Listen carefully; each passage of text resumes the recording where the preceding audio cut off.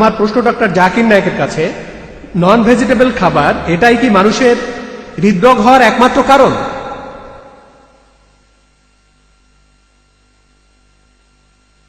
ভাই খুব সুন্দর প্রশ্ন করেছেন যে নন ভেজ খাবারই হৃদরোগের একমাত্র কারণ কিনা। আর মিস্টার রাশমি ভাই জাভেরি একথাই বলেছেন যে মাংস, পশুর মাংস, মুরগি, খাসি এগুলো হৃদরোগের কারণ। হ্যাঁ, হতে পারে, উনি ঠিক বলেছেন। তারপর উনি আরো বলেছেন এমন কোনো ভেজ খাবার নেই যেটাতে কোলেস্টেরল আছে।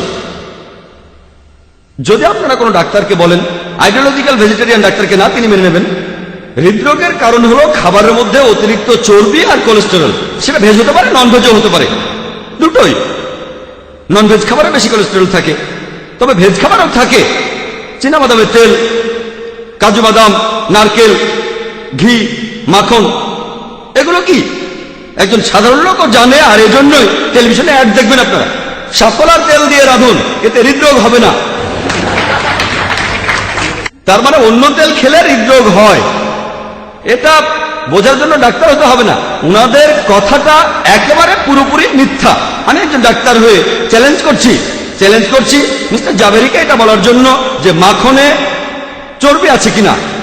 আর ডাক্তাররা হৃদরোগীদের বলেন চর্বি খাবেন না, মাখন খাবেন না, চীনাবাদামের তেল খাবেন না, কাজু বাদামের তেল খাবেন না।